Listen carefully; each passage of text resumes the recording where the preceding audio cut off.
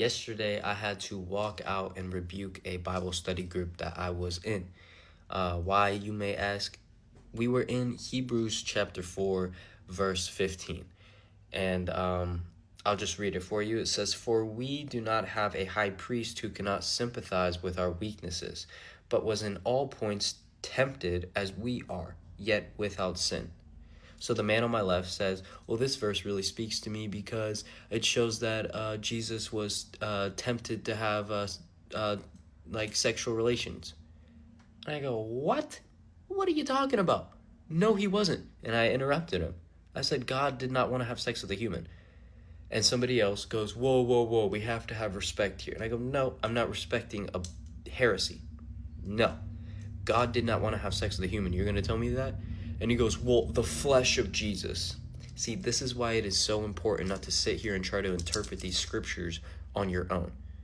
Stop doing that. You're leaning on your own understanding. So now we have to look at what this actually means, right? So Jesus in his divinity and his humanity are in unity.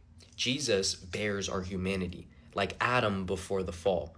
He enters into this sick, diseased world without the sickness and the disease. He comes as the doctor to our sickness and disease. That's why he says the healthy have no need for a physician, but the sick. He comes as the doctor to heal our sickness, right? So if we look at the Greek word for this word tempted, right? It is the word to test, essentially. So Jesus, in other words, is in all points tested as we are tested. I want you to think right now of a music artist that you do not like or you do not want to listen to. Let's say I came up to you, let's say it was Taylor Swift, and I came up to you and I said, hey, you want to listen to Taylor Swift? Were you yourself tempted to listen to Taylor Swift? Or did I try to tempt you or test you to listen to Taylor Swift? You understand what I'm saying? Jesus himself was tempted by the devil, but he himself was not tempted to do sin. He can't sin because he's fully God, right? So when the devil is tempting him, right, and he says, get on your knees and worship me and I'll give you all the earth, all of the kingdoms of this earth. Do you think Jesus, God himself, was tempted to get on his knees and worship the devil? No, that is a blasphemy. That is a heresy. You cannot say that. So that's why it's so important to not sit here and try to decipher these scriptures on your own. You can't do that. Then you get blasphemies like that.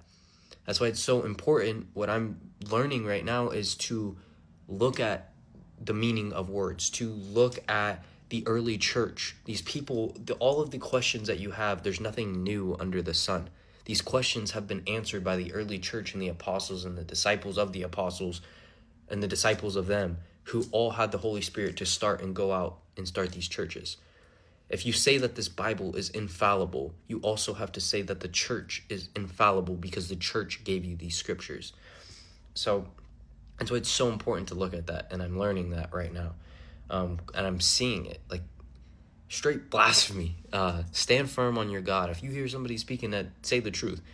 It's not about respect. I'm not going to let somebody finish their thought of a blasphemy. I'm not going to do that. Stand firm for Jesus always, and speak the truth. That's what Jesus did. He flipped tables. He had a righteous zeal. Y'all have a blessed day. Peace out, Girl Scout.